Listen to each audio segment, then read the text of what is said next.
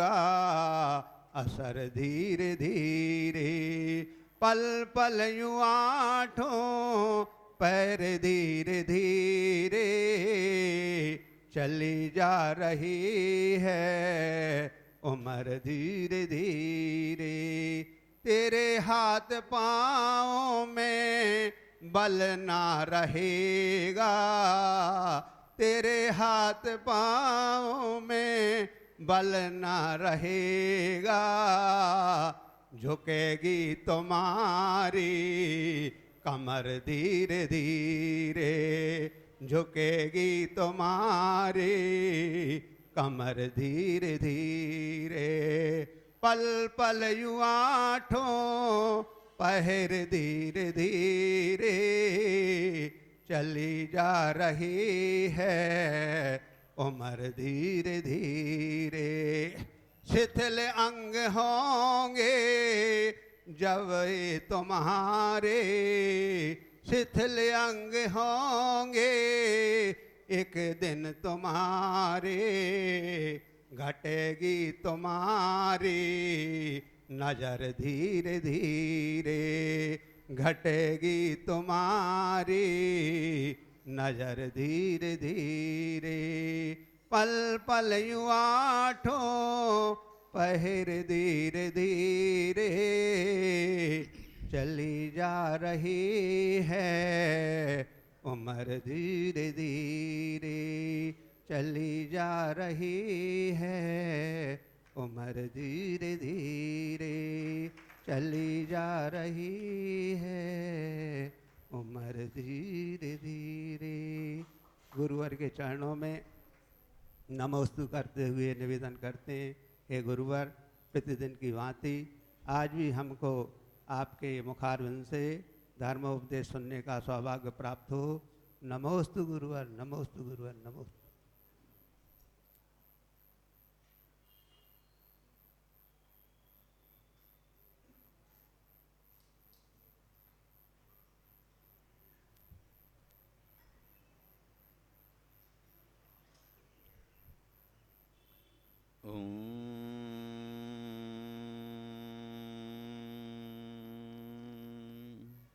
नमः सिद्धिभ्यः।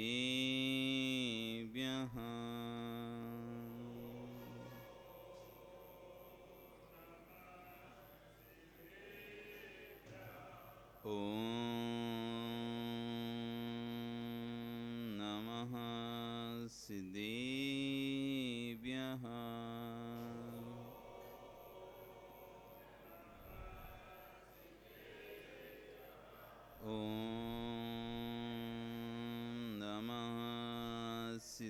सिद्धिभ्यः।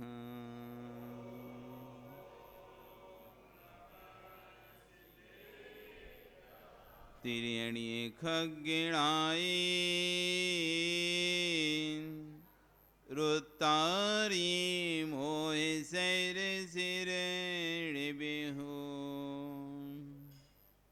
आयरी राव पसियो परवादिण्यो भव्य जी लोए।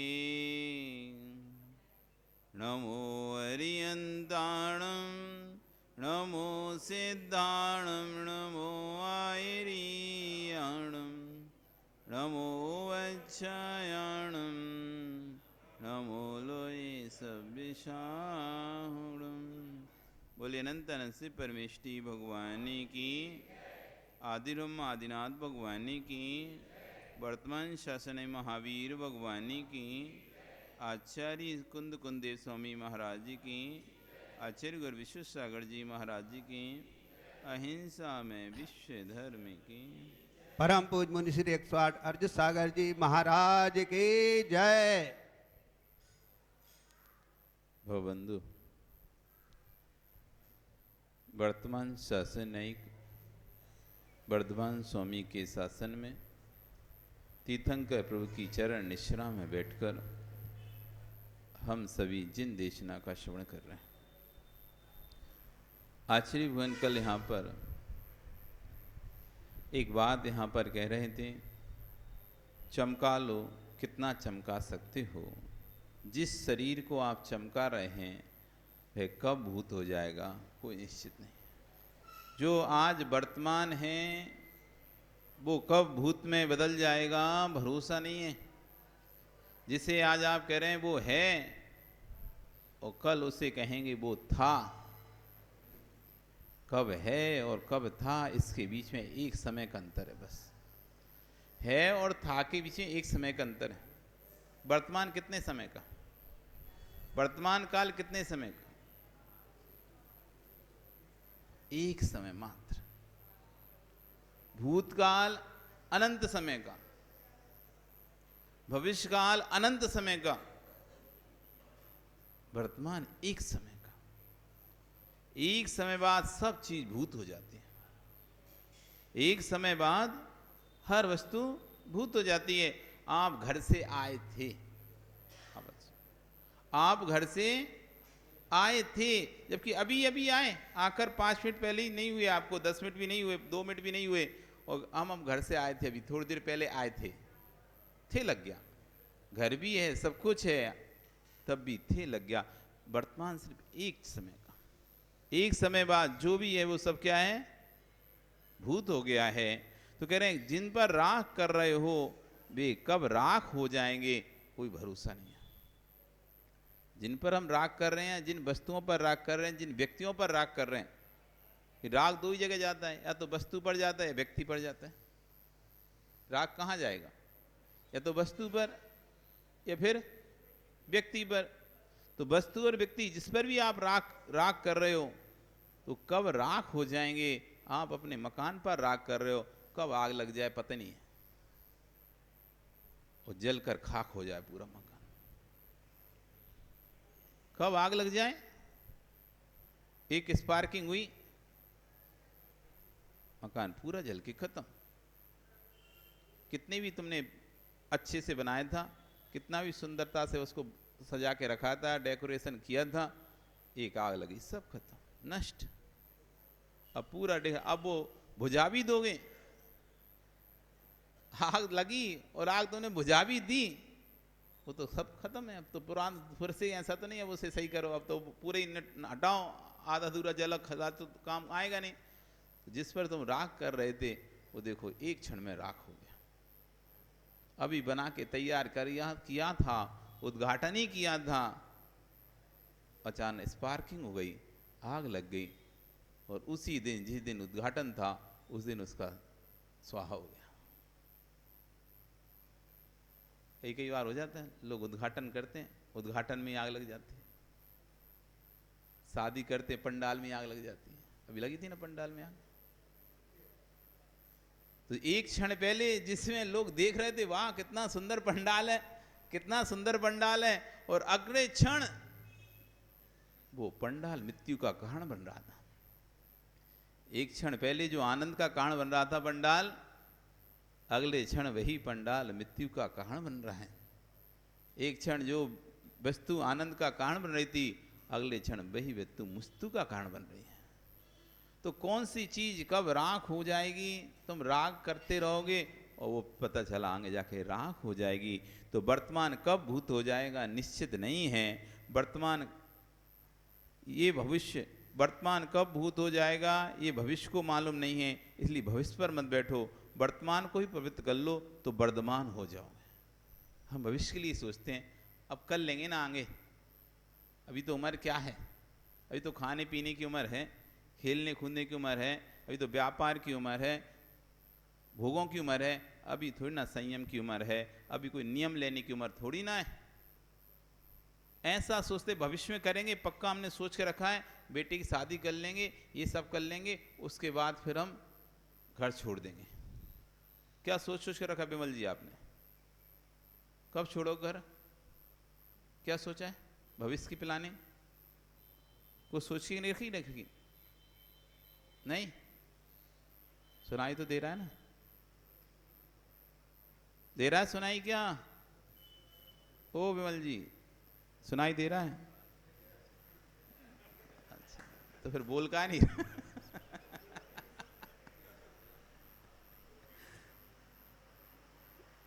ये बढ़िया है, नहीं सुनना, चुपचाप बैठ रहो, दे ही नहीं रहा सुनाई।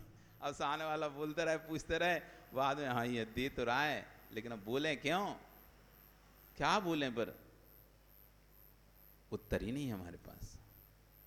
हम प्लानिंग भविष्य कर रहे हैं, लेकिन भविष्य में हम रह पाएंगे क्या? तो यहाँ आचार्य गुण कह रहे हैं, तुम भविष्य के ऊपर मत बैठो, वर्तमान को ही पवित्र कर लो। वर्तमान यदि पवित्र हो गया है तो भविष्य अपने आप पवित्र हो जाएगा। वर्तमान को पवित्र कर लो तो वर्धमान हो जाओगे। एक एक समय भूत हो रहा है, हे भूतो, दुनिया जब अर्थी जलाएगी तब जला लेगी। तुम तो आज ही देख लो कि मेरा एक एक समय मरण को प्राप्त हो चुका है। दुनिया जब जलाएगी आपको मरने के, पूरा मरने के बाद, लेकिन 17 प्रकार के मरण होते हैं। भगवती आराधना में 17 प्रकार का मरण बताया, जिसमें से एक मरण है आविची मरण। प्रति समय हमारी आयु नष्ट हो रही कि नहीं हो रही? हर क्षण हमारी आयु खत्म हो रही नहीं हो रही? हर समय हम मर रहे हैं,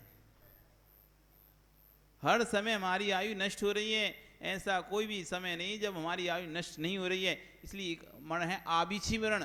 पल पल व्यक्ति मर रहा है, क्षण क्षण व्यक्ति मर रहा है। वो तो मरने के बाद जिसे देख नहीं पाओगे, वो तो पूर्ण रूप से मरण हो गया। लेकिन एक एक समय मेरा मरता जा रहा है, आयु के एक एक निश्चित खिरता जा रहा है, मैं भूत होता जा रहा हूं। आप 50 साल के हो गए, आपके 50 वर्ष भूत हो गए, निकल गए, मर गए। जैसे मरा हुआ व्यक्ति वापस नहीं आता ना, मर गया व्यक्ति तो फिर वापस नहीं आता। ऐसी जो 50 साल जा चुके हैं अनिल, अभी वापस नहीं आएंगे। वो जो 50 साल जा चुके हैं तुम्हारे, निकल चुके हैं, वो वापस नहीं आएंगे, वो मर गए। वो 50 साल मर चुके हैं। अब 50 साल में जो तुमने किया है, अच्छा बुरा जो भी किया है, उसके फल भोगने के लिए तैयार रहो। वो पल वापस तुम जाओ, हम वापस सुधार ले रहे। कोई चीज बिगड़ जाती है तो कहते हैं हम ठीक है, हम सुधार दे रहे, आप गुस्सा मत लो, हम सुधार दे रहे वापस। लेकिन जो आयु के निश्चित निकल चुके हैं और उनमें जो कार्य हम कर चुके हैं, अब उन्हें आप सुधार नहीं पा रहे। वो तो हो चुका है, पल नष्ट हो चुका है, मर चुका है। अब तो बस सीधा उसके फल के लिए तैयार रहो। अब फल के लिए तैयार रहो कि जो भी हम किए हैं, अच्छा किए तो अच्छे फल के लिए तैयार रहो, बुरा किए तो बुरे फल के लिए तैयार रहो। वो तो नियम से अब आने वाला है। दुनिया जब अर्थी जलाएगी तब जला देगी। तुम आज ही देख लो कि मेरा एक एक समय मरण को प्राप्त हो चुका है। ज्ञानियों, ये संभलने का समय चल रहा है, अभी भी नहीं संभल पाए तो विश्वास रखना, तीर्थंकर महावीर स्वामी अब समझाने वाले नहीं है। पहले तो तीर्थंकर थे, कम से कम उस समय समझ जाते तो हो सकता शायद उनके साथ दीक्षा ले लेते तो केवल ज्ञान भी प्राप्त हो सकता था। नहीं तो कम से कम स्वर्ग में बैठे होते, वहाँ से च्युत होकर फिर आके मुनि बनकर चले जाते। भगवान महावीर स्वामी ने तो खूब समझाया, समुद्र में भी गए। था वीर ने उपदेश मुझको दिया, था वीर ने उपदेश मुझको दिया, मैंने सुना पर गुना ना। भगवान ने ऐसा नहीं समझना कि हमें कभी भगवान की वाणी सुनने नहीं मिली होगी, अनंत बार मिल गई होगी, क्योंकि हम अभी से नहीं हैं, अनादिकाल से हैं। और भगवान ही कोई अभी से नहीं हो रहे। ये एक 24 है, ऐसी अनंत अनंत 24 हो चुकी हैं। महावीर भगवान जैसे अनंत अनंत जीव हो चुके हैं, तीर्थंकर बनकर मोक्ष जा चुके हैं। और हमने भी ना जाने कितने तीर्थंकरों की, कितने केवलियों की दिव्य धुनी सुनी होगी। सुनी थी पर गुनी नहीं थी। सुनी तो थी, खूब सुनी, हम भी सुन रहे हैं, अच्छे सब लोग सुन रहे हैं, हम भी सुनाते हैं और आप लोग भी सुनते हो, लगता है हाँ सही बोल रहे हैं महाराज जी, सही बोल रहे हैं। बस ई बोलते हो सही बोल रहे हैं, बाकी को करते कुछ नहीं हो। करना वही होता है, पंचों की बात सब मंजूर है, पर नाली तो यहीं से निकलेगी। हाँ, दो लोगों की लड़ाई हो गई नाली के ऊपर की, नाली कहाँ से निकले कहाँ से निकले। तो पंचायत बैठाई गई, मंत्री जी को बुलाया गया, सबको बुलाया गया, कपूर चंद जी को भी बुला दिया, भाई बताओ कहाँ से निकलेगी नाली। तो कपूर चंद जी बता भी यहाँ से निकलेगी नाली। तो सब होने के बाद व्यक्ति कहता है ठीक है, सबकी बात तो सही है, पंचों की बात बिल्कुल स्वीकार है, लेकिन नाली तो निकालेंगे हम यहीं से ही। अब बताओ, तो पंचों को बुलाए का है? नहीं, पंचायत जरूरी है, लेकिन करेंगे हम काम वही। तो ऐसी हमारी स्थिति है कि सुनते तो हम हैं और हाँ हाँ हाँ सही है सही है सही है, बिल्कुल ऐसा तो होना चाहिए, क्यों, इसमें क्या समस्या है। सबको अच्छे से रहना चाहिए, सबको एक दूसरे की बुराई नहीं करना चाहिए, किसी के प्रति राग द्वेष नहीं करना चाहिए। बात तो बहुत सही कह रहे हैं, बहुत अच्छी बात है, लेकिन हम करेंगे बरवई। था वीर ने उपदेश मुझको सुनाया, मैंने सुना पर गुनाह ना, तभी तो हम फिर अभी तक भटक रहे हैं। तो पहले तो तीर्थंकर ने सुनाया, तब नहीं समझे। अब फिर अभिधि ज्ञानी मना पर ज्ञानी मुझे ने सुनाया, तब भी नहीं समझे। अब मति शुद्ध ज्ञानी समझा रहे हैं, अभी भी समझ जाओ, फिर अब आगे कोई, क्योंकि आने वाले काल में तो ये भी नहीं मिलने वाले। अभी ये भी देखने मिल रहे हैं, जैसे ही मिल रहे हैं, चाहे 20 कैरेट के मिल रहे हो, चाहे 22 के मिल रहे हो, चाहे 24 के मिल रहे हो, चाहे 18 कैरेट के, कैसा ही मिल रहा है, सोना भी मिल रहा है तुमको देखने। एक समय ऐसा भी आएगा जब म्यूजियम में देखने जाना पड़ेगा। अभी मिल रहा है देखने, पर तुमको अभी भी सोना नहीं दिखता, खोट दिखती है। अरे जो मिल रहा है उसको देखो। हम 24 के चक्कर में 18, 20, 22 सबको छोड़ देंगे तो बाद में फिर हमको म्यूजियम में देखने ही जाना पड़ेगा। इसे भी जो मिल रहा है उनसे भी यदि हम ज्ञान लेकर अपना कल्याण कर सकते हैं तो कर लो, आगे जाके ये भी देखने मिलेगा नहीं। आने वाला काल जिस तरह से बढ़ रहा है, लोगों की बेमनस्ता जिस तरह से बढ़ रही है, लोगों के अंदर कुटिल भाव जिस तरह से बढ़ रहे हैं, जिस तरह से राजनीति कूटनीति बढ़ती जा रही है, धर्म नीति कम होती जा रही है, उस हिसाब से तो काल का प्रभाव अभी तो सिर्फ 2500 वर्ष ही निकले हैं इस पंचम काल को। 18,500 वर्ष अभी बाकी हैं इस पंचम काल में भी। 2500 वर्ष ही निकले, 2600 कुछ निकले आए हैं। हाँ, 18,500 अप्रोक्स मान लो, तो 18,500 वर्ष अभी बाकी हैं और अभी असर देखना शुरू लग रहा है, दिख रहा है। और इसी तरह से तेजी से चलता रहा तो जैसे वैज्ञानिक अनुमान लगाते ना, यदि ऐसी इस तरह से आबादी बढ़ती रही तो एक समय ऐसा आएगा इतनी हो जाएगी। यदि इसी तरह से कितनी लोगों के अंदर बेमनस्ता बढ़ती रही, एक समय ऐसा आएगा कि व्यक्ति एक दूसरे को, तो हमारे आगे में तो लिखा ही है भैया, आने वाला छठा काल ऐसे ही आने वाला है कि एक व्यक्ति दूसरे को देख नहीं पाएगा, कच्चा तवा के खाएगा एक दूसरे को। अभी जब हम देखते हैं कि एक व्यक्ति दूसरे व्यक्ति को आंखों से देखना पसंद नहीं कर पा रहा, इतनी ईर्ष्या से जलता है, इतना ईर्ष्या से भरा होता है, एक व्यक्ति दूसरे व्यक्ति वृद्धि को नहीं देख पाता, कितना भी उस पर कितना भी कुछ हो, कितना भी संपन्न हो, धन संपत्ति से भी सहित हो, तब भी उसे दूसरे का देखकर अंदर ही अंदर भाव आते रहते हैं, ये क्यों आगे बढ़ रहा है। इसके पास तो कुछ पहले था ही नहीं, हमारे पास तो पुश्तैनी था, दादा परदादा ने दिया था, हमारे पास तो खूब था, लेकिन इस पास तो अचानक आ कैसे गया। उसको इस बात की चिंता रहती है, अचानक इस पास इतना पैसा आ कैसे गया। तुम्हारे पास है तो पुश्तैनी, तुम अपना संभालो ना। लेकिन भाव ये आता है, हमें जलन नहीं उससे, हम तो बस ये सोचते हैं कि उसके पास आ कहां से रहा है। भाषा भी समझो, उसकी भाषा क्या आती है, जलन नहीं है हमें किसी से, ईर्ष्या नहीं है, खूब अच्छे से आए, लेकिन बस ये सोच रहे हैं हम, पैसा आ कहां से रहा है इसका, ऐसा कर क्या रहा है जो अभी तक कुछ था नहीं और अचानक इतना पैसा आ गया, ऐसा क्या। अब बस हम उसी सोच में दिन भर लगे रहते हैं, वो कर ऐसा क्या रहा है जिससे उसके पास पैसा आ रहा है, तब भी हमारी सोच उसी पर जाती रहती है। तो जब अभी देख रहे हैं कि अभी 2,500 वर्ष निकले तो कितनी व्यवस्था धीरे धीरे बढ़ती जा रही है, कूटनीति राजनीति सब प्रकार की नीतियां में कुटिलता आती जा रही है। आगे जाके और धीरे धीरे धीरे धीरे बढ़ता जाएगा, पंचम काल का असर आपको दिखता जाएगा और फिर ये साधु दिखना भी बंद हो जाए। जितने दिख रहे हैं थोड़े बहुत हैं, तो वो भी धीरे धीरे धीरे धीरे धीरे जैसे जाति विलुप्त होती है ना, विलुप्त हो जाती हैं जातियाँ। बहुत सारी हमारे देश से जानवरों की जातियाँ विलुप्त हो गई, बहुत सारे इंसानों की जातियाँ विलुप्त हो गई, नष्ट हो गई, मतलब चली गई धीरे धीरे समय पाके। ऐसी मुनियों की भी जाति धीरे धीरे धीरे धीरे धीरे धीरे धीरे धीरे समय पाते जब काल का प्रभाव पड़ेगा तो ऑटोमेटिक धीरे धीरे कम हो जाएगा। तो अभी मिल रहा है, फिर ये भी सुनने नहीं मिलेगा।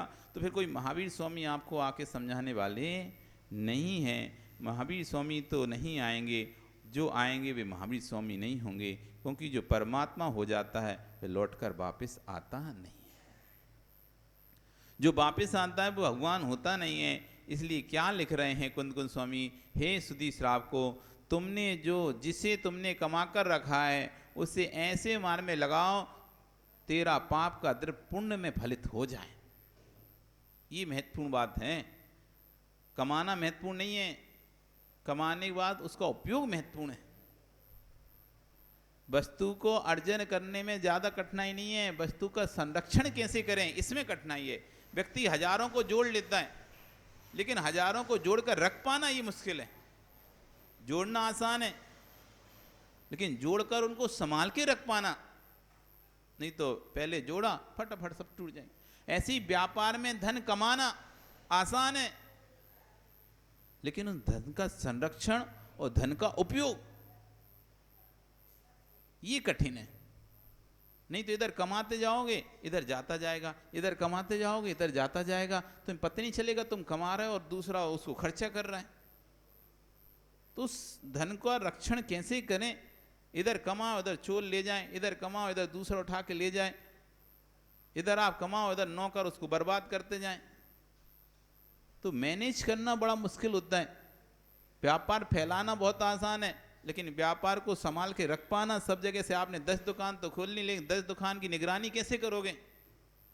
10 प्रकार से व्यापार तो फैला लिया। दुकान पहले छोटी थी, अब तुमने विजय बड़ी कर ली। पहले 2 नौकर थे, अब तुमने 10 नौकर किया, लेकिन 10 नौकर को मैनेज भी तो करना पड़ेगा।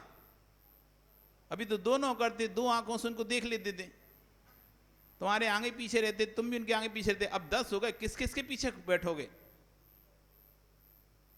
व्यापार बढ़ाओगे तो उसको मैनेज करने का सामर्थ्य भी होना चाहिए। यदि नहीं है, तुम इधर काउंटर पैसा बेंच बेंच के कमाओगे, उधर से पीछे से सब गोल होता जाएगा।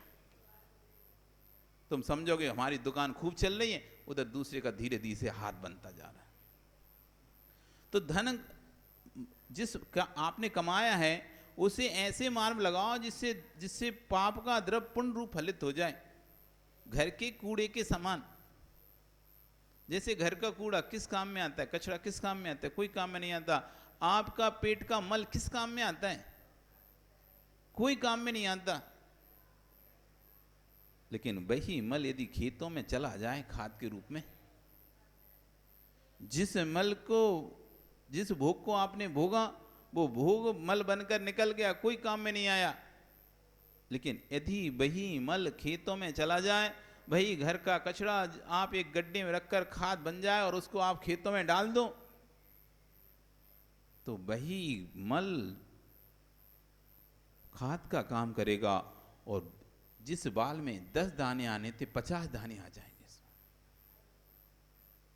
उस खाद के प्रभाव से जो फसल कम निकलने वाली थी वो दुगनी और चौगनी हो जाएगी। भोग को भी आपने, उस मल का भी आपने उपयोग कर लिया और उसको दुगना फलित चौगना फलित कर लिया। ऐसे ही हमने पुण्य के उदय में पैसा कमाया।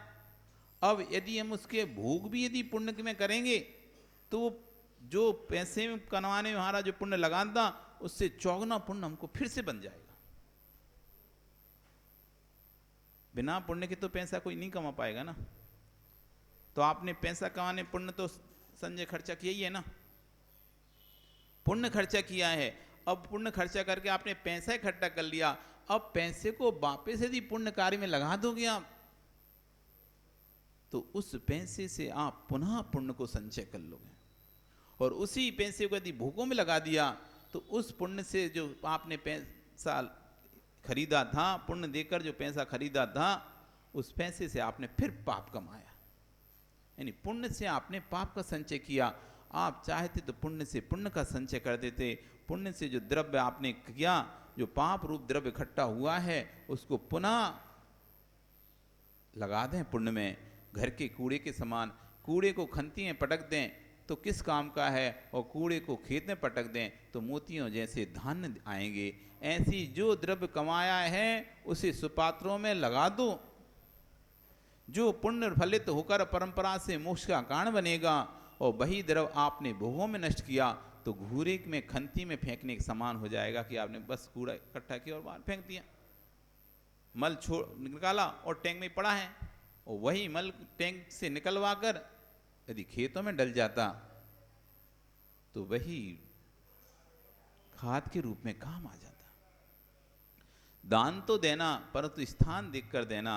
अपवित्र स्थान में दान नहीं दे देना। बर्तन देखकर ही खीर परोसी जाएगी, अस्वच्छ बर्तन में खीर नहीं परोसी जाएगी। एक बार एक व्यक्ति खीर मांगने के लिए आता है। खीर मांगने आता है तो एक सेठ ने बढ़िया खीर बनाई थी, तो जैसे वो व्यक्ति आया तो उसका मन हुआ ठीक है चलो आज इसको थोड़ी सी खीर दे रहे। तो खीर मांगता हुआ पहुंचता है, बाबूजी कुछ दे दो कुछ दे दो। तो बाबूजी अंदर जाते हैं और एक कटोरी खीर लेकर आते हैं और उसके कटोरे में डालते होते हैं, तभी उन्होंने अपने हाथ पीछे खींच लेते हैं। तो वो कहता है भिखारी भाई दो ना बाबूजी। अरे तुम्हारा पात कितना गंदा है, उसे साफ कर लो। वो देखता है और ऐसी थोड़ा सा कर लेता है, फिर कहता है दो। फिर वो बाबूजी कहते हैं अरे नहीं अच्छे साफ करो, अभी इसमें देखो कितना रेत लगा हुआ है, रेत के कण लगे हुए हैं। तो उसको गुस्सा आता है, अरे खीर मुझे खानी, आप दे दो, आपको क्या करना, रेत के कण लगे चाहे कुछ भी लगे, खीर तो मम्मी खानी है ना, हम खा लेंगे, आप तो दे दो इसी में। तो कहता है नहीं नहीं दूंगा। क्यों नहीं दोगे? खीर भले तुमको खानी है, खीर तो मेरी है, जैसी इस पात में जाएगी खीर किसके साने लगेगी। अच्छी खीर भी पात के खराब होने से किसके साने लगेगी।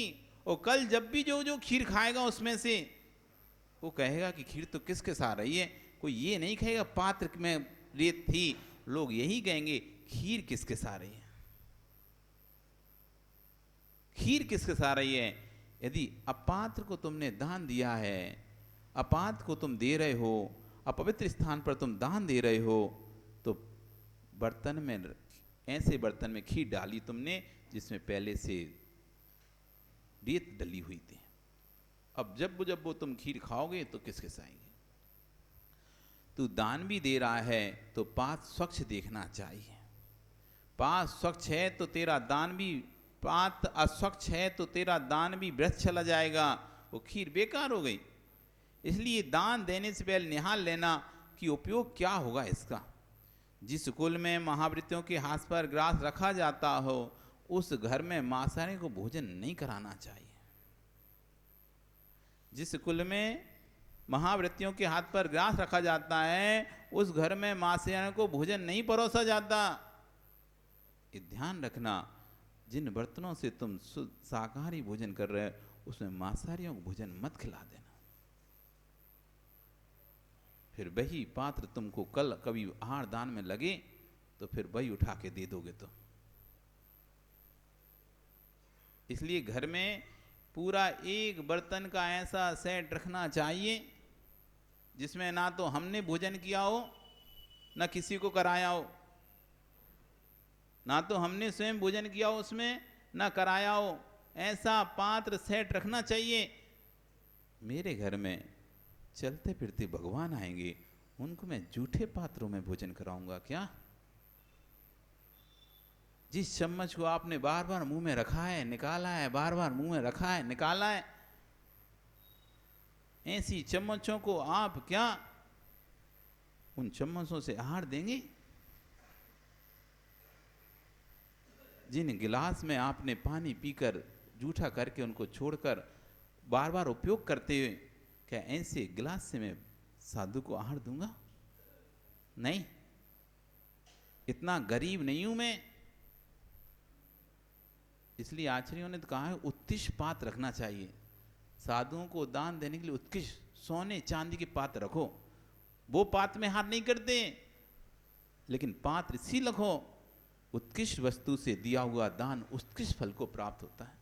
विधि द्रव्य दात्री पाद विशेषा तद विशेषा, विधि से, किस विधि से दे रहे हो, किस द्रव्य से दे रहे हो, कौन सा द्रव्य तुम्हारा जघन्य द्रव्य है, उत्कृष्ट द्रव्य है। सभी मंदिर में ही माला फेरने के अलग अलग फल बताएं। धागे से माला फेरोगे तो क्या होगा, आप लोग ध्यान रखा करो। आप लोग धागे की माला उठा के फेरने लगते हो, इधर तो सोले का ध्यान रखते हो, उधर धागे की माला से माला फेरते हो, तो फिर तो तुम्हारा असोला असोला ही हो गया ना, क्योंकि धागे की माला तो हर कोई छीता है। धागे की माला तो ये भी उठाएंगे, उत्तम भी फेरेगा, सुरेश भी फेरेगा, सुकेश भी फेरेगा, और वो भी रख देगा, और तुम भी वही उठाओगे, तो फिर तो तुम्हारा कपड़ा भी वो, तुम्हारा ही कपड़ा। बात तो एक ही हो गई, बात तो वही होगी कि धागे की माला तुमने फेरा है, सो अब तुमको अभिषेक भी करना है, शांति धारा भी करना है। तो या तो पहले अभिषेक शांति धारा कर लो, फिर आराम से फेरो, अथवा कोई धातु वाली माला उठा लो जिसमें धागा ना लगाओ, कपड़ा ना लगाओ, तो फेरो। नहीं तो तुम भी असोले में अशुद्ध हो जाओगे, क्योंकि धागा कपड़ा सब लोग तो उसको उठा रहे हैं, सभी तो उसको फेर रहे हैं माला को, भाई तुमने उठा के फेर ली, अंतर तो कुछ रहा नहीं, इसलिए उसका भी ध्यान रखो। तो अलग अलग मालाओं के फल हैं। धागे की माला का फल अलग है, मोती की माला का फल अलग है, सोने की माला का अलग फल है, चांदी की माला से माला फेरने का फल अलग है, मणियों की माला से माला फेरने का फल अलग है। सबके फल आगम में अलग अलग बताए हुए हैं। जैसा द्रव्य होता है साथ में प्लस भाव तो है ही, नहीं तो आप सोचो सिर्फ माला फेरने से फल में नहीं, माला के साथ भाव हैं, भाव अपनी जगह है। भाव के साथ आप धागे की माला से फेर रहे हो तो भी पुण्य लगेगा, और बिना भाव के सोने की माला से फेर रहे तो नहीं लगेगा। लेकिन यदि भाव के साथ ही धागे से फेरा जाए और भाव के साथ ही सोने की माला से, चांदी की माला से, हीरे की मणियों की माला से फेरा जाए, तो सबके अलग अलग फल प्राप्त होंगे। पूजन में भी इसी तरह है।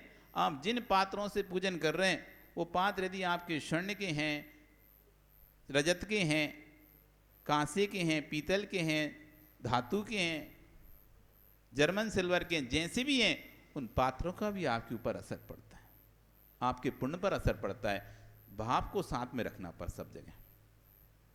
भाव सहित यदि आप दो चीज हैं, एक भाव के साथ स्वर्ण पात्र में पूजन कर रहा है और एक भाव के साथ स्टील के पात्र में पूजन कर रहा है, तो दोनों तो भाव के साथ कर ही रहे हैं, अब पात्र का फल भी मिलेगा अलग से।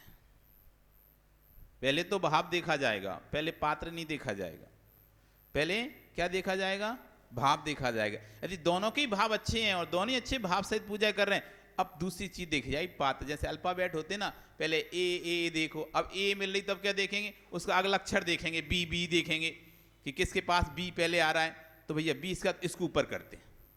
फिर बी दोनों मिल रहा है तो फिर देखेंगे सी आ रहा है कि किसके पास, तो सी इसके पास आ रहा है और इसके पास भी सी आ रहा है, तो वो दोनों। अब डी देखेंगे, ऐसे एक एक अल्फाबेट बढ़ाते ना, पहले मूल देख लिया, ए देख ले रहे पहले, तो ए किसके पास है, तो ए वाले छांट लिए पहले, तो ये ए वाले हैं। अब इनमें देखेंगे सेकंड अल्फाबेट इनका कौन सा है, यदि बी है इसको ऊपर करते हैं और इसके पास सी है तो इसको नीचे करते हैं। ऐसे ही पहला देखा भाव, अब भाव में छांट लिए, ये 5 व्यक्तियों के पास भाव अच्छे भाव हैं, अच्छे भावों से पूजा कर रहे हैं। अब 5 व्यक्ति अच्छे भावों से पूजा कर रहे हैं, लेकिन इनके पास की जो सामग्री है अब वो कैसी है, वो उत्कृष्ट है, मध्यम है या जघन्य है, उत्तम है, मध्यम है या जघन्य है। अब उसका असर पड़ेगा। अब तुम कहो नहीं ए से हमें आगे करो, नहीं ए से आगे नहीं कहो, वो तो अल्फाबेटिक नंबर में जम रहा है, ए होने से क्या होता है, ये तो उसको भी है, तो सबके पास भी है, फिर भी उसको एक को ऊपर कर रहे हैं, एक को नीचे कर रहे हैं। क्यों? क्योंकि भैया तुम्हारा सेकंड जो अल्फाबेट है वो आपका सेकंड नंबर या 4th नंबर वाला है, लास्ट नंबर वाला है, इसलिए आपको नीचे रखा जा रहा है। अंतर पड़ता है। तो कैसे पात्रों में हम उपयोग कर रहे हैं, इसलिए घर में आहार के बर्तन, पूजा के वस्त्र सब भिन्न भिन्न होना चाहिए।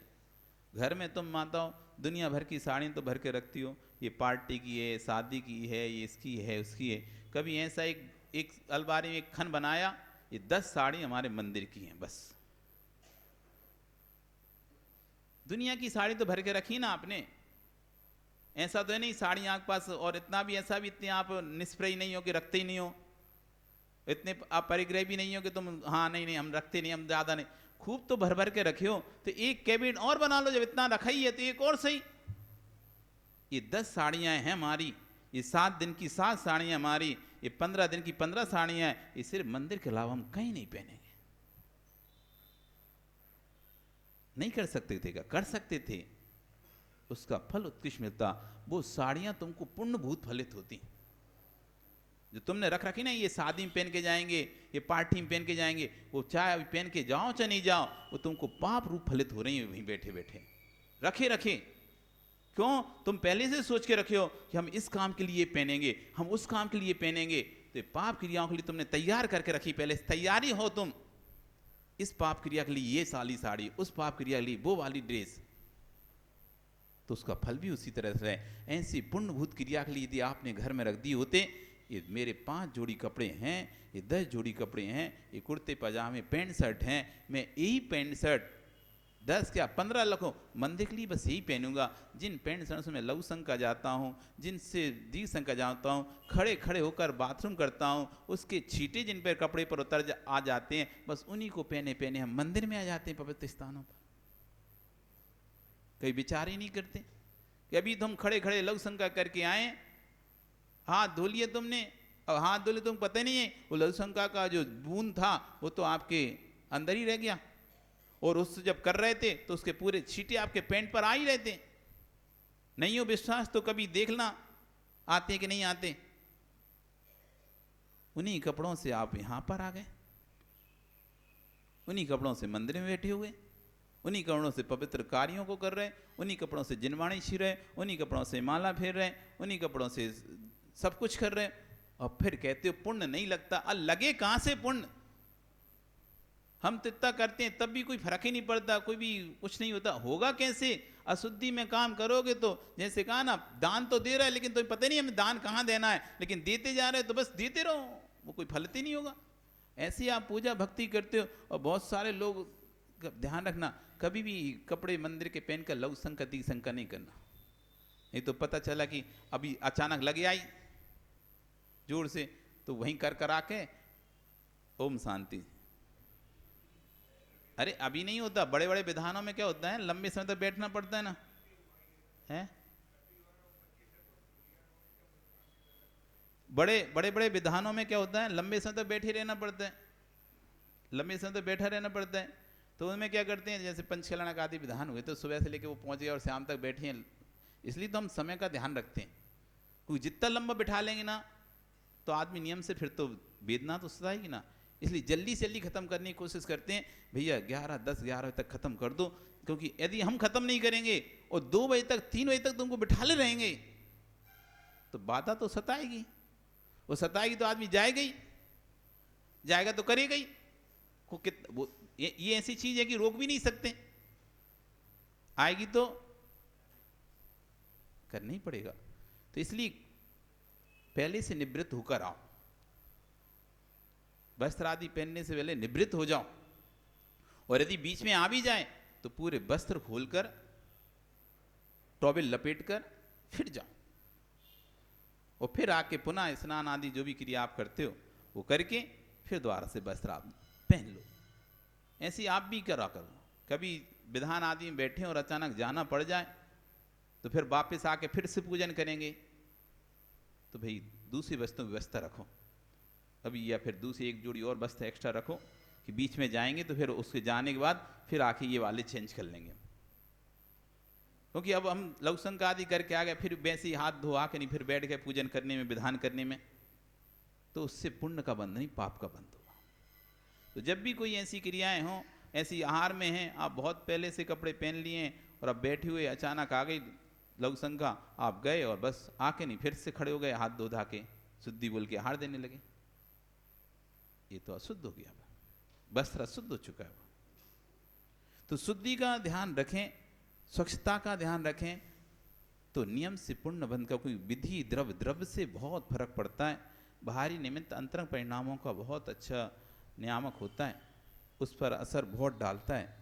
इसलिए कभी भी कोई भी क्रिया करें तो इस बात का ध्यान रखें कि क्या कर रहे हैं, कैसे कर रहे हैं, उस क्रिया में क्या क्या करना है, क्या क्या नहीं करना है, समझना चाहिए। अब नहीं समझ पाते, क्यों? उसका कारण है कि हम मंदिर आते ही कम हैं। कभी कभी अभिषेक करने आते हैं, कभी कभी दर्शन करने आते हैं, कभी कभी प्रवचन सुनने आते हैं, तो कभी कभी आहार देने आते हैं। इसलिए पता नहीं चलता कि क्या क्रिया में क्या करना होता है, क्या नहीं करना होता है। यदि रोज आए, फिर दिन हर क्रिया में शामिल हों, तो हमें स्वाभाविक ज्ञान हो जाएगा कि क्या करना होता है, क्या नहीं करना होता। और हार में बहुत सारे नए नए लोग आते हैं, आप लोग भी देखते हो, तो उनको नहीं पता रहता क्या है। ठीक, कोई बात नहीं। यदि वही लोग 4 दिन कंटिन्यू आ जाते हैं तो फिर उनको समझ में आ जाता भी ये करना होता है, ये नहीं करना होता, ऐसे बोलना होता है, ऐसे नहीं बोलना होता, ऐसे खड़े होना होता, वैसे नहीं खड़े होना होता। तो हो जाता है। बस ये कि हमको बार बार उसका जाना चाहिए, अभ्यास करना चाहिए, डरना नहीं चाहिए। एक बार गलती हो सकती है, दूसरी बार आओगे तो अपने आप गलती सुधर जाएगी। पास स्वच्छ है, अस्वच्छ है तो तेरा दान भी व्यर्थ चला जाएगा। इसलिए दान देने से पहले निहाल लेना कि उपयोग क्या होगा। इसलिए अपने घर में ये सब चीज़ें एक एक सेट बना के रखो। ये मेरे पूजन के वस्त्र हैं, ये मेरे दर्शन के लिए वस्त्र हैं, ये मेरे आहार दान के वस्त्र हैं। अरे दुनिया भर के वस्त्र तो ढेर लगा के रखे हो, कम से कम पुण्यभूत क्रियाओं के वस्त्र भी ढेर लगा के रख लो, तो कम से कम पुण्य आश्रम प्रारंभ रहेगा। वही वस्त्र हैं जो पाप का आश्रम का कारण बन रहे हैं, वही वस्त्र हैं पुण्य के आश्रम का कारण। धन तो खर्चा हो रहा है, लेकिन धन खर्च होने के बाद अब आपका भाव क्या है। जब जब आप शादी वाले वस्त्रों को देखते हो तो आपके भाव शादी के होते हैं, और जैसे ही आप घर में रखे मंदिर के वस्त्र जब जब देखोगे तो आपके भाव, अरे यार मंदिर तो जा नहीं पाए आज। जैसी अलमारी खोलोगे, किस दिन तो मंदिर नहीं गए, मंदिर नहीं जा पाए काम में, अभी दीपावली का समय आ रहा है तो यहाँ पर संख्या कम हो जाएगी धीरे धीरे मंदिर आने वालों की। दीपावली में मंदिर आने, क्योंकि उनको सबको महत्वपूर्ण रहेगा, भगवान नहीं, सफाई महत्वपूर्ण रहेगी घर की। सुबह मंदिर में आने वालों की संख्या धीरे धीरे कम हो जाएंगी। अरे वो घर में महाराज जी सफाई चल रही है, दीपावली की सफाई चल रही है, वो पूजा आ गई, दुर्गा पूजा आ गई, ये पूजा आ गई, तो बड़ी सफाई चालू हो गई, इसलिए हम मंदिर आना कम कर दिया, बंद कर दिया, आखिरी में 12 बजे आते हैं। अब हम अपने आप को समझाएं, देखें अपने परिणामों को कि हम किसको महत्व ज़्यादा दे रहे हैं। घर के कूड़े को महत्व ज़्यादा दे रहे हैं कि भगवान की पूजा को महत्व ज़्यादा दे रहे हैं। हम वो घर के कूड़े के चक्कर में पूजा करना बंद कर देंगे, हम घर के कूड़े के चक्कर में अभिषेक करना बंद कर देंगे। जो अभिषेक करने आ रहे हैं वो कहें घर में सफाई चल रही इसलिए अभिषेक करने नहीं आते। जो अभी प्रवचन सुनने आ रहे हैं, घर में सफाई चल रही इसलिए प्रवचन सुनने नहीं आएंगे। जो पूजन कर रहे हैं, घर में सफाई चल रही इसलिए पूजन नहीं कर रहे, सिर्फ दर्शन करके चले जाते हैं। तो आपने कूड़े के लिए भगवान को छोड़ दिया, घर के कचड़े के लिए, घर के कूड़े के लिए, उस घर के कचड़े कूड़े के चक्कर में आपने भगवान की भक्ति छोड़ दी, भगवान का अभिषेक छोड़ दिया, जिनवाणी का श्रवण छोड़ दिया। आपसे बड़ा अभागा कौन होगा। कूड़ा धन्य है जिसके लिए तुम भगवान को, 3 लोक के नाथ को छोड़ रहे हो। वो कूड़ा कितना धन्य है, सोचो आप। वो घर का कचरा वो क्या है, बस उठा के इधर से उधर रख दोगे, अगली साल फिर उठाओगे, फिर उधर से उठा के उधर रख दोगे। ना तो उपयोग करते ना घर से निकालते। बड़ी विडंबना होती लोगों के घर में। छतों पे चले जाओ, बिल्ली घर के ऐसे छत हैं जहां पर कपड़ा ना मिलेगा आपको, नहीं तो पेंट के डिब्बे क्या मिलेगा छतों पे। हम बता दे रहे हैं, जो घर में बना था तो पेंट हुआ था उस समय, जो डिब्बे निकले थे प्लास्टिक के, टीन के, वे अथवा टूटी फूटी टाइल्स जो घर में लगी थी तो बच गई थी तो ऊपर छत पे पटक दी वो, अथवा पुराना घर था तो उसके दरवाजे खिड़की निकले थे, तो चौखट निकली थी, पटिया निकले था, वो पड़ा रहेगा। नहीं तो टीन चद्दर के पहले घर थे तो वो टीन चद्दर से लोहे का घर, वो उसका आरसीसी बना, अब एक चद्दर पड़ी है वो, ये। अथवा कोई पुरानी पेटियां थी उसकी चद्दरों की, अब तो नए सूटकेस आ गए, सो खाली करके नहीं कबड़ बन गया, तो वो। और क्या मिलेगा छतों पे। ये पड़ा है, सड़ रहा है, उसमें पानी भर रहा है, कीड़े पड़ रहे हैं, वो लकड़ियां सड़ रही हैं। इतनी घर पे ऊपर लकड़ियां पड़ी होंगी बहुत से लोगों के, वो पानी में सड़ गई हैं, घुन लग गया है, तब भी वो हटा नहीं पाए, वो रखे रहे। घर भरे हैं, बहुत सारे तो मंदिर भरे रहते हैं पुराने। अब पुराना मंदिर नया बनाते हैं ना, तो पूरा चौखट फोकट सब निकलती है, जबकि पता है कि जब भी नया बनाया जाएगा तो नया लेके आया जाएगा, वो पुराना का उपयोग भी नहीं करते। वो तो छोड़ो, आपने आधा काम कोई काम किया था 10 साल 5 साल पहले, उसका जो मटेरियल बचा था और 5 साल बाद दोबारा से काम शुरू किया, तो वो मटेरियल उपयोग में नहीं लेते आप। नहीं भैया, वो अब वो तो 2-4 कम पड़ जाएगा, फिर तो वो कहाँ से मिलाना जुलाना करेंगे, इसलिए नए ही लगाएंगे, वो भी छोड़ो। अब वो यदि 5 पेटी पड़ा है तो पड़ा ही रहेगा वो। क्यों?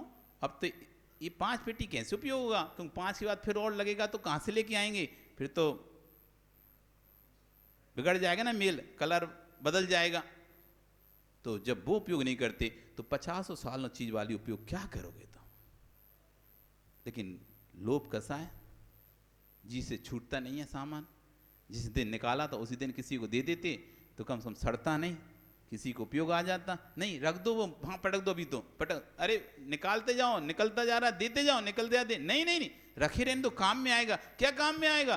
तुम ही बदल गए। लो, जिसने सोचा था काम में आएगा वो ही बदल गया। अब जो दूसरा है उसने कहा कोई काम का नहीं है, दूसरा नया मंगवा। अब उसमें जितने दिन वो पड़ा रहा, सड़ता रहा, जी पड़ते रहे, खराब होता रहा।